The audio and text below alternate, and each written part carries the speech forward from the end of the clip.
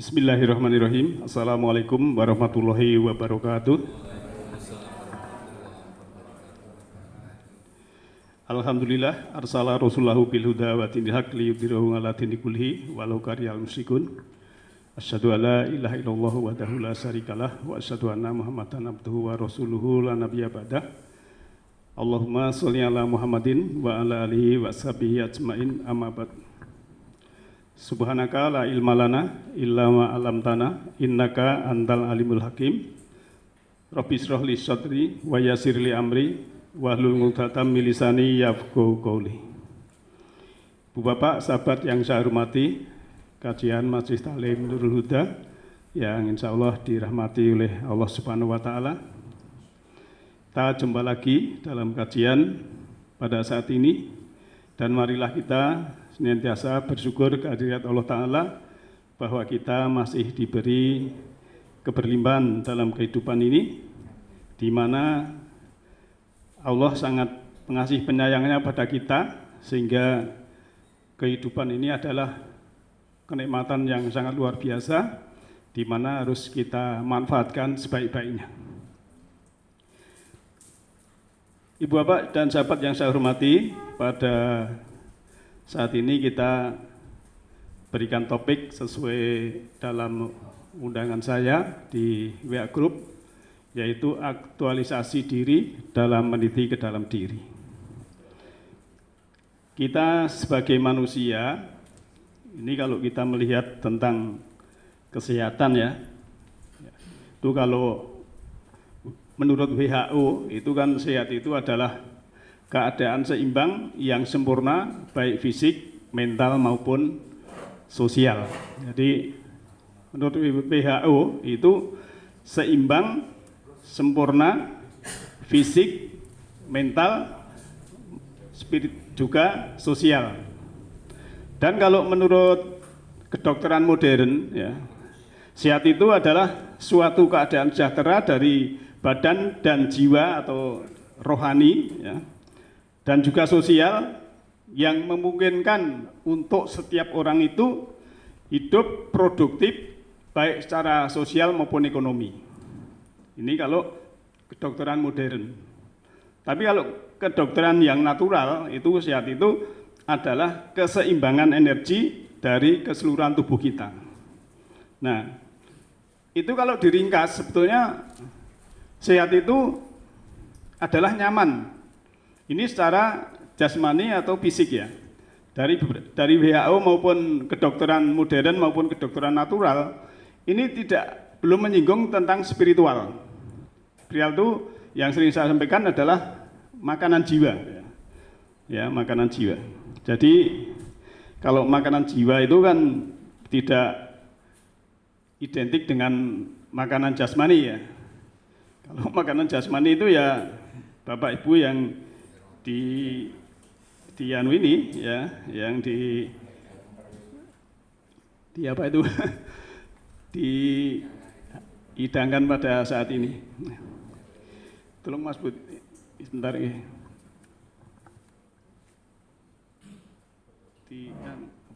Video dari sini. Sekali lagi ya, ringkasnya sehat itu nyaman, kebalikannya kalau sakit itu tidak nyaman. Ya. Jadi kondisi ya sehat. Kenapa ini saya sebagai prolog? Karena untuk mengetahui aktualisasi diri kita dalam meniti ke dalam diri ini, memang kita juga mengerti, oh saya ini sebenarnya sakit atau sehat. Tapi kalau itu tadi kan tidak ada yang berhubungan dengan jiwa. Tapi kalau berhubungan dengan jiwa ini kan pertumbuhan jiwa kita ya. Misalnya kita dalam pernikahan ya. Dalam pernikahan itu kan kalau cuma orientasinya kenyamanan jasmani ya, orientasinya itu hanya yang dipikirkan itu hanya kepuasan fisik ya. Itu nanti kita tidak masuk ke dalam spiritual karena kita terjebak hanya panca indera ya. Jadi bagi yang sudah mendapat pencerahan ya, itu kan antara suami istri itu sebagai kemitraan untuk mencapai kejiwaan atau kesadaran yang lebih tinggi. Jadi bukan sebatas hanya kenyamanan fisik, tapi kenyamanan fisiknya sudah terlampaui karena dua-duanya walaupun berbeda itu sudah untuk menuju ke spiritual yang lebih tinggi. Karena apa? Ya tua itu pasti, ya. Tapi untuk dewasa itu suatu pilihan. Nah kita kalau suruh memilih itu memang ya harusnya makin tua harus makin dewasa. Maka sering saya sampaikan dalam judul topik yang gagakan jiwa dengan lembutan itu kita meniru Nabi Zakaria, ya. Itu kan walaupun sudah renta tapi jiwanya dikuatkan. Ya akhirnya lebih kuat lagi. Tidak down kan begitu ya. Sebab apa? Perbuatan dalam hidup itu kan pasti ya, dulu kita muda ya masih kalau nuwun sewu ibu-ibu yang baraan Mbak Umi itu kasti lari itu masih 100 meter masih kuat ya dulu, tapi dulu. Kalau sekarang mungkin kon kasti ya ya tidak ya. Termasuk lighting saya itu Pak Parman bal-balan itu dulu ya musuh pitulasan antar apa itu masih jos, tapi sekarang ya saya kemarin belum ada 1 bulan main bola cuma 20 menit aja jaraknya 3 hari mungkin. Itu harus perubahan itu kita terima ya. Karena apa ya? Itu proses ya. Maka dengan perubahan jasmani itu harusnya jiwanya itu menuju ke proses kedewasaan ya secara spiritual ya. Dan itu dalam untuk menuju dewasa ya, itu pasti ada hal-hal yang tidak menyenangkan. Ada hal-hal yang tidak kita ingini. Itu dan pasti ya. Kalau anak sekolah pengen pinter, itu mesti dia ada ujian yang agak berat. Termasuk pendidikan punya anak, skillnya mungkin main bulu tangkis. Nah untuk dia menjadi skill yang ahli yang pinter, itu mesti dicarikan partner yang lebih baik. Termasuk tinju itu ya, dulu Mike Tyson itu ya partnernya yang baik, yang luar biasa ya. Mas Budi itu untuk sana. Ya kita lihat sekarang surat 39 ayat 6 dulu ya. Ini ada ayat, tapi saya ambil yang berhubungan dengan tema ya. A'udzubillahi minasyaitonirrajim, ini ayatnya panjang ya. Yahlukukum fi butuni ummatikum khalqan mim ba'di khalqin fi dzulumati salasat. Dzalikumullahu rabbukum lahu mulku la ilaha illahuwa fa anna tusrifun. Dia Allah ya, telah menciptakan kamu dalam perut ibumu. Nah, kejadian demi kejadian dalam 3 kegelapan. Yang berbuat demikian itu adalah Allah, Tuhan kamu. Tuhan yang mempunyai kerajaan, tidak ada Tuhan selain Dia, maka bagaimana kamu dapat dipalingkan? Ya. Di dalam not kalau secara jasmani 3 kegelapan itu ya kegelapan perut, ya, kemudian rahim, lantas kegelapan selaput. Ya, ini kalau kita melihat dari, nah, tapi di akhir ayat itu ada fa'ana tusrifun. Ya, bagaimana kamu dapat dipalingkan? Ini kita menuju ke jiwa, kegelapan jiwanya, bukan hanya kegelapan tentang itu. Setelah kita lahir mungkin juga masih dalam kegelapan, maka saya akan lihatkan ya 3 kegelapan sebelumnya. Kita harus mengenal diri kita sendiri dulu ya, mengenal diri. Ada cahaya di dalam diri kita. Yang pertama adalah nurullah, cahaya ilahi. Sering saya sampaikan yahdillahu linurihi mayasa. Allah memberikan hidayah, memberikan petunjuk ya, cahayanya berupa semesta rohani itu kepada siapa yang dikehendaki. Yahdillahu linurihi mayasa. Lah siapa yang mendapatkan cahaya ilahi itu? Yaitu orang yang berkehendak. Yang kedua adalah nur insan, yaitu roh yang ditiupkan kepada kita waktu kita di janin ibu ya. Itu dalam surat 15 ayat 5 59 ya dalam Al-Quran juga, itu kan setelah kita sempurna, kemudian wa nafahtu ya mirruhi, kita ditiupkan dari rohnya, roh Allah. Jadi di situ juga namanya nur insani. Lantas Nur Muhammad ini cahaya yang terpuji, ya ini sebagai hidayah, ini bukan sosok. Kadang orang tidak memahami bahwa salah persepsi Nur Muhammad itu Nabi Muhammad sebagai nur. Memang cahayanya dia sebagai nur, tapi yang dibawa oleh Rasulullah itulah sebagai risalah, itulah yang namanya hidayah, dan itu namanya adalah Nur Muhammad, nur yang terpuji. Kita harus hati-hatikan begitu. Nah ini kalau setelah kita mengenal 3 cahaya, kita akan mengenal 3 kegelapan yang berhubungan dengan jiwa kita. Yang pertama adalah kita kadang ini dalam kegelapan itu lale kepada Allah, atau istilah Al-Quran ghafilun. Karena apa? Karena dalam kebodohan, ya, dalam kebodohan. Maka ada istilah orang yang tidak sabar dalam mencari ilmu, dia harus sabar dalam kebodohan. Artinya apa? Ya kita memang mencari ilmu itu ya harus sabar, telaten ya, dengan istilahnya dalam hati niat untuk mencahayakan diri kita. Sebab kalau kita sudah paham ilmu yang dari Rasul, oh ternyata hidup itu harus begini. Saya kalau tua begini, nanti menjelang kematian begini. Saya harus membuka mata qalbu, saya harus membuka mata batin, saya harus membuka mata jiwa. Itu akhirnya, oh begitu, sakaratul maut begini, saya mengalami, mungkin nanti mengalami, sudah siap, ilmunya sudah tahu semua.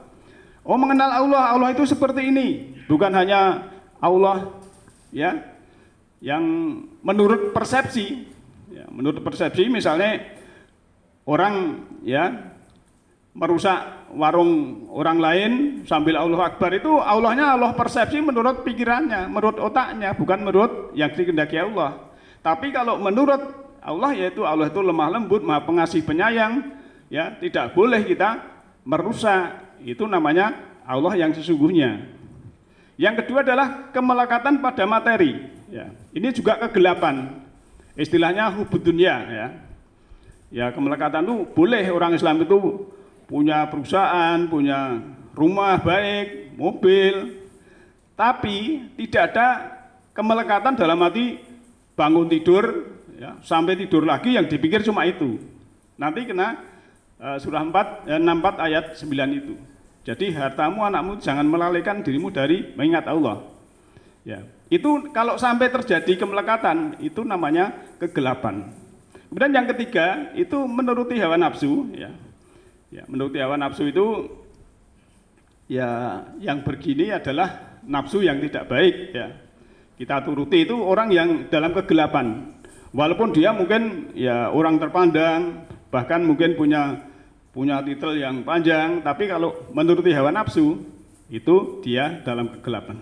Jadi antara 3 ini ya kita harus menumbuhkan ya yang cahaya ini, karena di dalam jiwa kita, di dalam jiwa kita ini ada sudur. Sudur itu namanya kesadaran. Ya. Di dalam kesadaran, ya, itu ada kolbu. Ya. Kolbu ini sifatnya detektor, bisa menfilter ini salah, ini buruk. Ya. Kolbu. Di dalam kolbu ada fuad. Fuad, di dalam fuad masuk lagi ada tempat nur ilahi, cahaya ilahi. Nah ini yang kita pahami, oh ternyata diri kita ini secara tidak kasat mata, ya, luar biasa. Roh kita yang kemarin kalau kita bahas ada ruhan, ada ruhi, ada apa?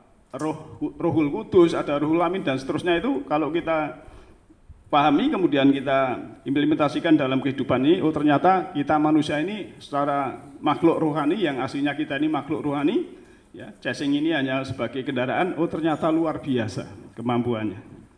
Nah ibu bapak dan sahabat yang saya hormati, dalam tafakur, ya, kita dalam kebaikan, ini hal baik selalu terjadi pada orang yang baik, yang terus berpikir positif, optimis, ya, husnudon, fokus solusi dan bersyukur kepada Allah Ta'ala. Ya, jadi dalam berpikir, pikiran kita itu harus selalu memikirkan yang baik. Ya. Kita lihat ayatnya ya, supaya kita berpikir baik, mengenal tanda-tanda dari Allah dalam surah An-Nisa ayat 174 ya. Ya ayuhan nasu qad ja'akum burhanum mir rabbikum wa anzalna ilaikum nuram mubina. Ya ayuhan nas, manakah dia manusia? Ini yang diseru manusia ya. Manusia itu ya boleh siapa saja. Namanya manusia itu banyak yang hidup di planet bumi ini sekarang ini saat ini itu manusia. Diseru oleh Allah, telah datang kepadamu, qad ya sungguh, jaa fi'il madhi, telah datang kum kepada kamu sekalian, burhanun ya, burhan itu tanda, bukti atau kebenaran atau fakta. Mir rabbikum, dari Rob engkau ya. Rob biasa diartikan Tuhan, sebenarnya Rob itu juga bisa secara konsep adalah kausalita. Wa aljana ilaikum, dan kami telah turunkan kepadamu ya nuron, lah ini nur, cahaya mubinan yang terang benderang ya. Ayat ini kalau kita dalami masuk ya, yang namanya nuron mubinan ini, kalau kita tadi belum mengenal cahaya Allah, misalnya yahdillahu linurihi mayasya, kemudian nur ya, itu memang cahaya, termasuk ayat-ayat Al-Quran itu ya, itu juga cahaya. Nanti kalau kita sudah paham itu, oh ternyata memang nur atau cahaya itu mubinan itu nyata ya, terang benderang bagi yang tahu ilmunya, tahu caranya. Tapi kalau tadi dalam kegelapan tadi belum tahu ilmunya, belum tahu caranya, ya mana itu cahaya itu ya. Ditanya juga tidak bisa menjawab, karena memang tidak memposisikan dirinya sebagai mengetahui dari nur ilahi itu. Nah, ada keterangan ya, istilah tadi yang berhubungan dengan burhan ya, ini saya cukilkan sini. Ada istilah bayani, itu dalil naklinya. Kemudian burhani ya, itu ayat fakta ya, burhan. Kan tadi di sini Allah sudah mendatangkan padamu itu burhan ya, dari Rabb kamu.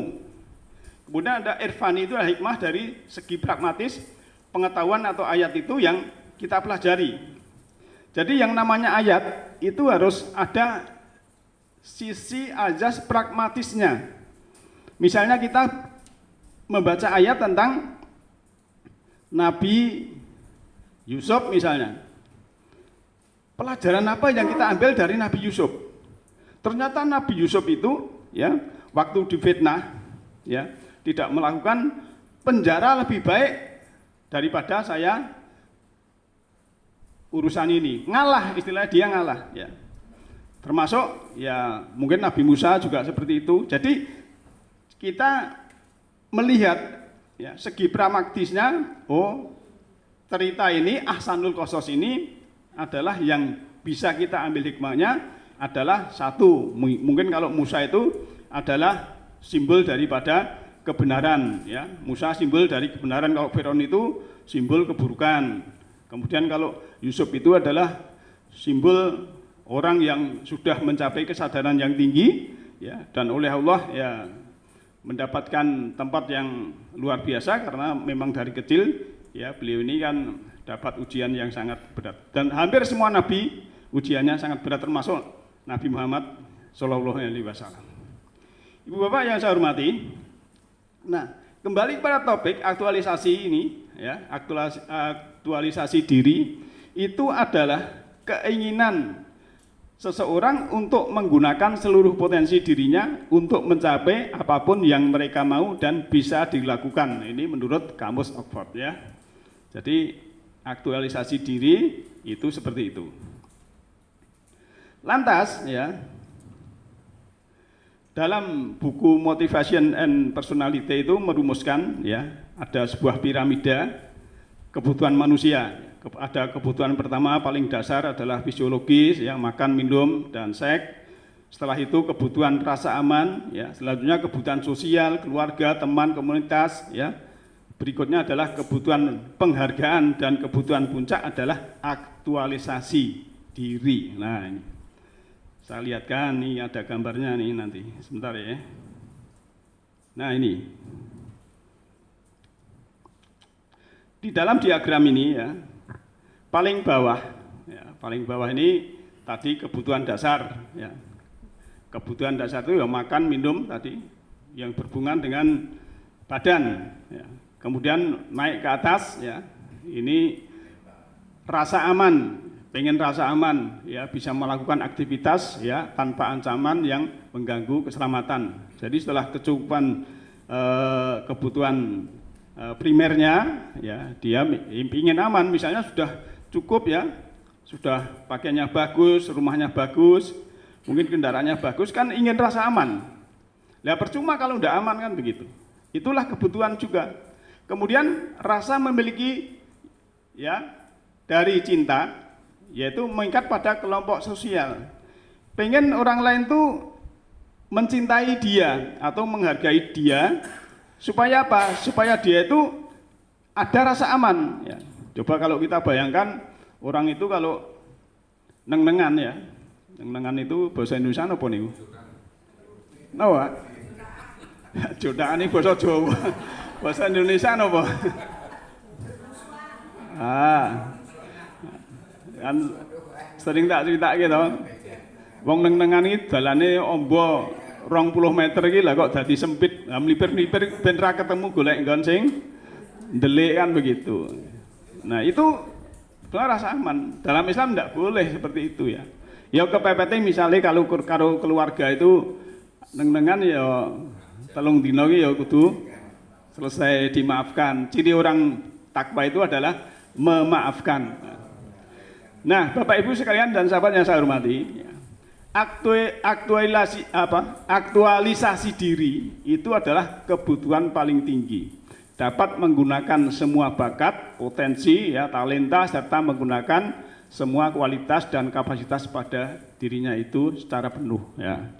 Jadi tadi saya bahas dari sisi jasmani. Nah, dari sisi spiritual, ya, kejiwaan itu adalah menuju kedewasaan, menuju puncak kesadaran, menuju puncak kejiwa dalam keinsafan. Kalau dalam Al-Quran dicontohkan Nabi Musa ya. Nabi Musa itu kan istilahnya ditanya oleh umatnya. Musa, saya itu mau percaya kepada Tuhanmu. Tapi lihatkanlah Tuhanmu. Saya baru percaya kalau ngerti Tuhan kan begitu. Ya. Kan ceritanya memang yang namanya Bani Israel itu orang yang menuju Tuhan itu ya terjadi, kalau yang diberikan burhan tadi ya imannya juga kuat sekali ya, ada yang ngeyel gitu. Yang imannya kuat itu kan di dalam Al-Quran pengajian kita yang lampau ya, ada 12 itu meluncur, ada yang meluncur jauh ke air ya. Itu artinya dia sudah menerima petunjuk dari Musa itu, dan air itu adalah lambang kehidupan. Maka ada istilah ma'ul haya ya. Kalau punya anak-anak kecil ya, yang 5 tahun ke bawah itu jak pelorotan di air ya, itu belum selesai dijak mesti dia menangis. Wong bukan itu aja anak kecil jenengan yang mandi di rumah ya, enten to niku jak mentas ra gelem. Itu adalah simbolik anak yang sebetulnya rindu kepada kehidupan sesungguhnya. Maka ada ma'ul haya, air kehidupan. Tapi kadang orang juga tidak, ya karena tidak tahu ilmunya, tidak tahu caranya ya. Air gitu aja, padahal air itu semua makhluk itu dari air. Maka ya kita kalau mengerti kebutuhan dasar ini selaku manusia tadi untuk meniti dalam diri, ternyata juga puncaknya itu berhubungan dengan jiwa, bukan hanya jasmani. Nah, ini lebih jelas lagi ya, dari bawah kebutuhan dasar manusia menurut tadi kebutuhan fisiologis, kebutuhan rasa aman dan perlindungan, kebutuhan rasa cinta memiliki dan dimiliki, kebutuhan harga diri, dan juga kebutuhan aktualisasi diri. Nah, setelah kita paham ternyata yang berhubungan dengan jiwa adalah seperti itu. Nah, Ibu Bapak yang saya hormati, lantas kalau kita ingin ya punya keinginan ya, kan manusia itu ada dua ya, harus kita bisa membedakan keinginan dan kebutuhan Ya. Kalau keinginan itu kita harus hati-hati, ya oleh Allah nanti kita diingatkan ya. Kita harus waspada dan hati-hati kalau kita punya niat dan keinginan yang baik. Ya. Ada dicontohkan dalam Al-Quran, ya, ayatnya ini, dan ini berlaku para nabi ya. Surah 22 ayat 52. Wa ma arsalna min qablika mir rasulin wala nabiyyin illa ya idza tamanna alqasyaitonu fi ya umniyatihi fayang sahullahu mayulki syaitanu summa yuhkikumullahu ayati wallahu alimun hakim. Dan kami tidak mengutus sebelum kamu seorang rasul pun dan tidak pula seorang nabi, melainkan apabila ia mempunyai sesuatu keinginan, syaitan pun memasukkannya godaan-godaan terhadap keinginan itu. Allah menghilangkan apa yang dimasukkan oleh syaitan-syaitan itu, dan Allah menguatkan ayat-ayatnya, dan Allah Maha mengetahui lagi Maha bijaksana. Nah, ini nabi dan rasul, Pak, ayatnya ya. Min rasulin dan nabi. Tidaklah seorang rasul dan nabi kalau punya keinginan pasti ada syaitan yang menggoda. Ya. Yang namanya nabi dan rasul itu mesti keinginan yang baik, bukan keinginan yang buruk. Nah, termasuk kita kalau punya keinginan yang baik pasti ada sesuatu yang menggoda. Kalau keinginan buruk, setan tuh enggak usah goda, malah keplok. Wah, kayak Arab kesana itu setan rasa nggoda, sudah rasa digoda wis melaku dhewe kan begitu. Nah, akhirnya apa? Ya, nama nabi dan rasul pasti ada seperti itu, apalagi kita manusia. Maka kita harus punya keinginan. Ya, mungkin orang ya, kalau dicontohkan itu ada kan orang yang jabatannya tinggi, kemudian istrinya ini konsumtif. Ngomong karo suaminya, "Pak, Bapak itu kan jabatannya ini, masa mobilnya cuma tronton, harusnya Bapak kan Pajero." Akhirnya piye carane ya? Tanda tangannya payu mungkin gitu. Ya akhirnya korupsi dan lain sebagainya. Itu namanya sudah tergoda. Ya. Jadi niatnya orang korupsi karena punya keinginan ya, oleh istrinya seperti itu. Ini contoh ya. Dan banyak sekali contoh. Mungkin kita mau bantu orang atau apa itu kadang ada was-was dan lain sebagainya. Nah, itu harus kita tinggalkan. Yang namanya setan itu dari jin dan manusia. Ya. Kalau ada ayat ya, innahu aduwwum mubin ya, surah Al-Baqarah 208 itu. Setan itu adalah musuh yang nyata. Musuh yang nyata itu konkret, Pak. Kalau kita manusia ya setan yang manusia ini. Jangan ngarep-ngarep setan jin itu urusan itu, tapi setan dari jin dan manusia ya. Dalam surah Al-An'am ayat 112. Surah Al-Baqarah juga ada itu. Kemudian surat Nas itu kan juga dari jin dan manusia. Kita harus hati-hati yang dari setan manusia, karena setan itu sifat dari jin dan manusia. Maka tidak ada setan iblis. Kalau iblis sebutkan semuanya memang kafir, tertutup mata hatinya. Tapi manusia kadang menjadi punya sifat seperti itu. Maka kita harus hati-hati kalau punya keinginan. Bapak yang saya hormati, pemenuhan kebutuhan-kebutuhan itu seringkali terpaku kepada uang dan pendapatan. Tak ada yang salah dengan uang dan pendapatan. Kita membutuhkan keduanya. Sesuatu yang perlu dikoreksi adalah bila uang dan pendapatan diposisikan sebagai penentu segalanya atau menjadi Tuhan. Kembali kepada kegelapan tadi, ya, ada kemelekatan. Ya. Sehingga hawa nafsunya itu ya menjadi Tuhan, ya, gitu. Disindir oleh Allah, diingatkan oleh Allah ya. Dalam surat Zasiyah, ya, surat Zasiyah 45 ya, ayat 23. A'udzubillahi minasyaitonirrajim. Afara'aita man ittakhadha ilahahu hawahu wa adallahu Allahu ala ilmin ya. Wa khatama ala sam'ihi wa qalbihi wa ja'ala ala basarihi hisyawah. Faman yahdihi mim ba'dillahi afala tadzakkarun. Maka pernahkah kamu melihat orang yang menjadikan hawa nafsunya sebagai Tuhannya dan Allah membiarkannya berdasarkan ilmunya. Jadi ada orang itu yang menjadikan Tuhan itu hawa nafsunya.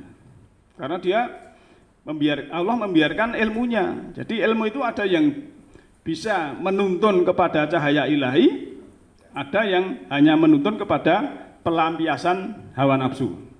Nah, tergantung ilmu kita yang mana. Maka sering saya sampaikan, ilmu itu harus satu bisa menyingkap keterbukaan mata kalbu kita.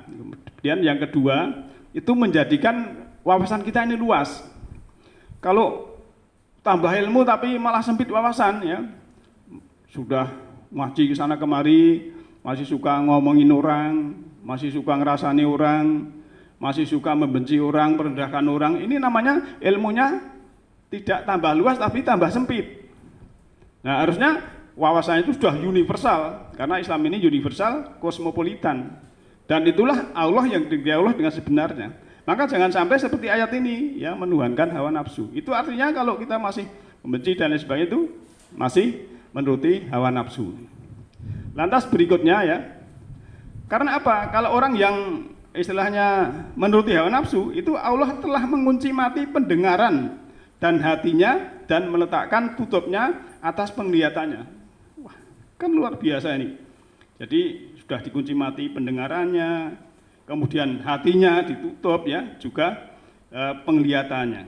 Maka siapakah yang akan memberinya petunjuk sudah Allah? Karena membiarkannya sesat. Maka mengapa kamu tidak mengambil pelajaran? Biasanya ayatan begitu. Apakah kamu tidak mengambil pelajaran? Ada orang yang menyembah Tuhannya, Tuhan sebagai apa? Hawa nafsu sebagai Tuhan. Jadi yang dituruti hawa nafsu terus. Ini hawa nafsu itu termasuk, ya, mungkin jabatan politik atau yang lain-lain. Itu kita harus melihat. Maka kalau kita dalam pemilu, ya, milih yang orang-orang yang betul-betul kredibel, yang kapabel, dan juga yang amanahan begitu. Nah, Ibu Bapak yang saya hormati,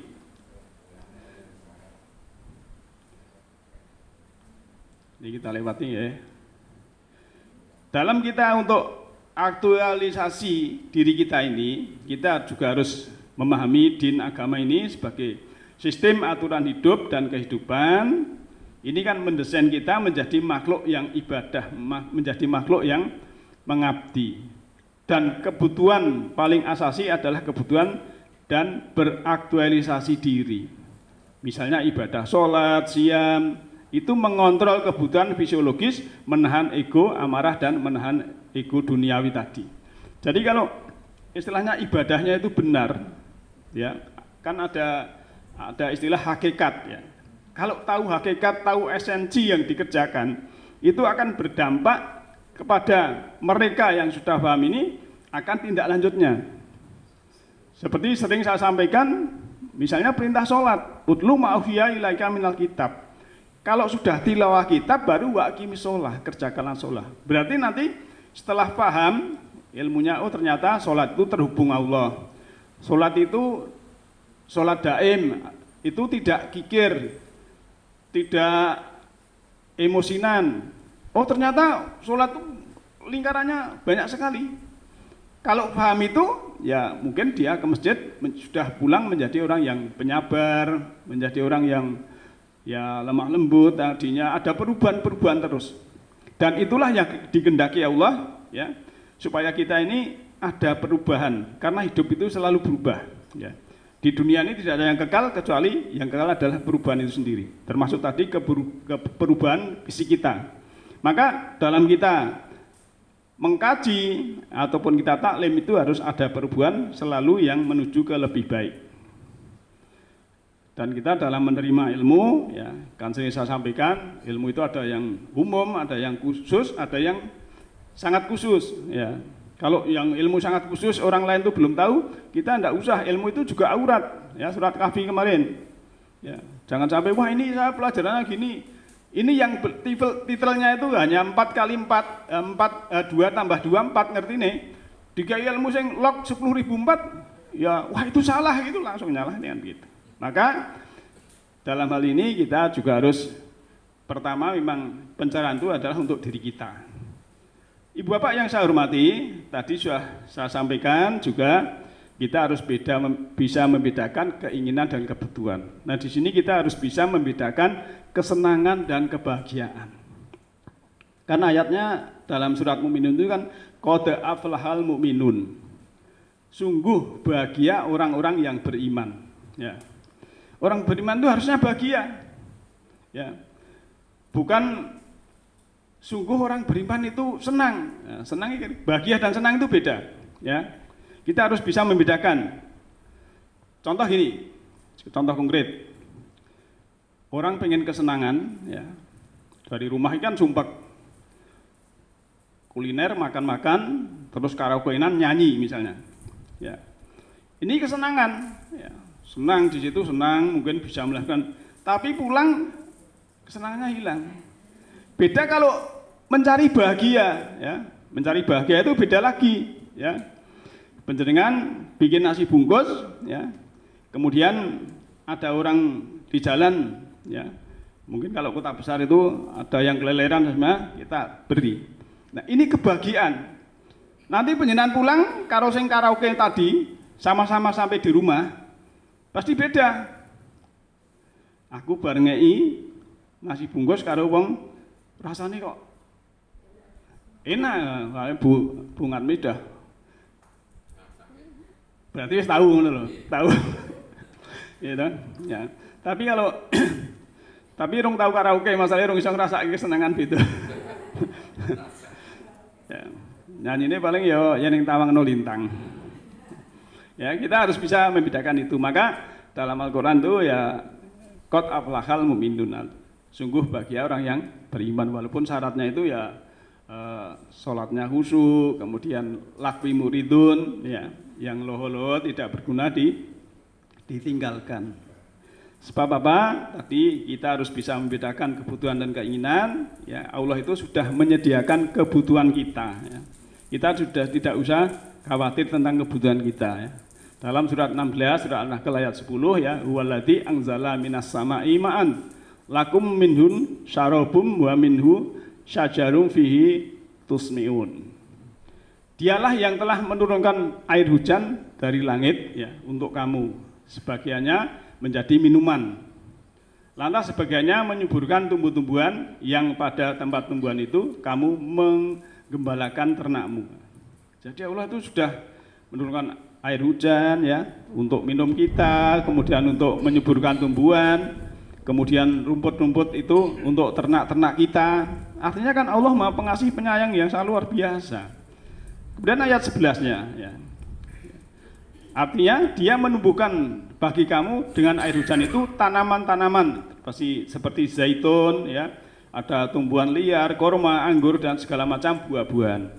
Sungguhnya pada yang demikian itu benar-benar ada tanda atau kesusahan bagi kaum yang memikirkan. Kanggone sing wong mikir, ya, ada hujan, wah ini hujan ini berkah karena tumbuh-tumbuhan bisa tumbuh. Semua yang dimakan manusia adalah dari hasil bumi. Hewan juga makan hasil bumi, kan begitu. Ya. Lanjut ayat 14-nya, ya, wa huwallazi sakharal bahra, ya, litakulu minhu lahman torian wa tastahriju minhu kilyatan talbasunaha wa tarol fulka mawakhiro fihi wali tabtagu min fadlihi wa la'alakum tashkurun. Dan dialah yang, ya, dia Allah yang telah menundukkan lautan untuk kamu agar kamu dapat memakan, ya, daripadanya daging yang segar atau ikan, dan kamu mengeluarkan dari lautan yang itu perhiasan, ya. Jadi Allah itu juga menyediakan perhiasan, ya, sesuatu yang dimakan kerang, ya, apa yang dimakan binatang itu kalau tempatnya di dalam kan menjadi perhiasan, ya. Maka kita ibaratnya perhiasan mutiara yang di dalam itu kan ilmu. Kita memang harus suka menyelam untuk mencari ilmu, jangan hanya duduk di pantai melihat kan begitu. Lantas di situ juga untuk berlayar, ada bahtera. Supaya apa? Kita juga orang-orang itu nelayan itu mencari karunia dan supaya bersyukur kan begitu. Jadi mencari karunia untuk bersyukur.